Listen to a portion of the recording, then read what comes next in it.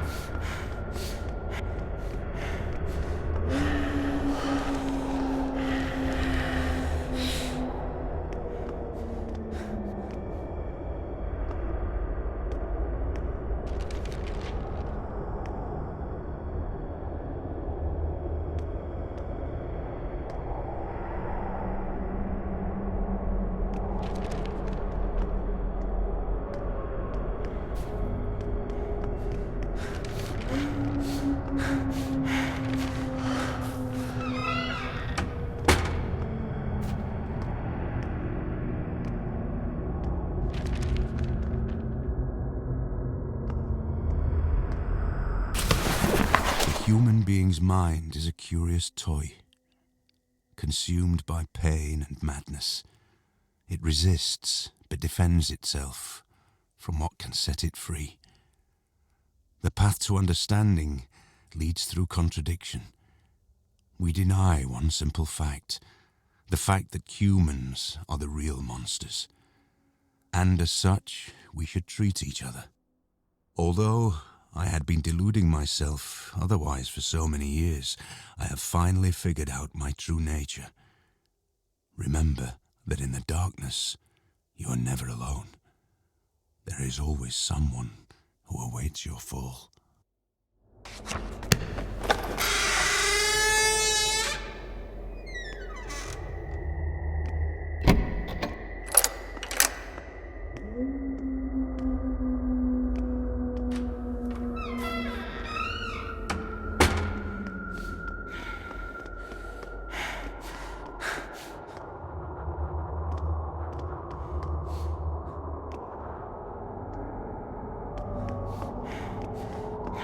Time does not heal wounds, as I've recently learned.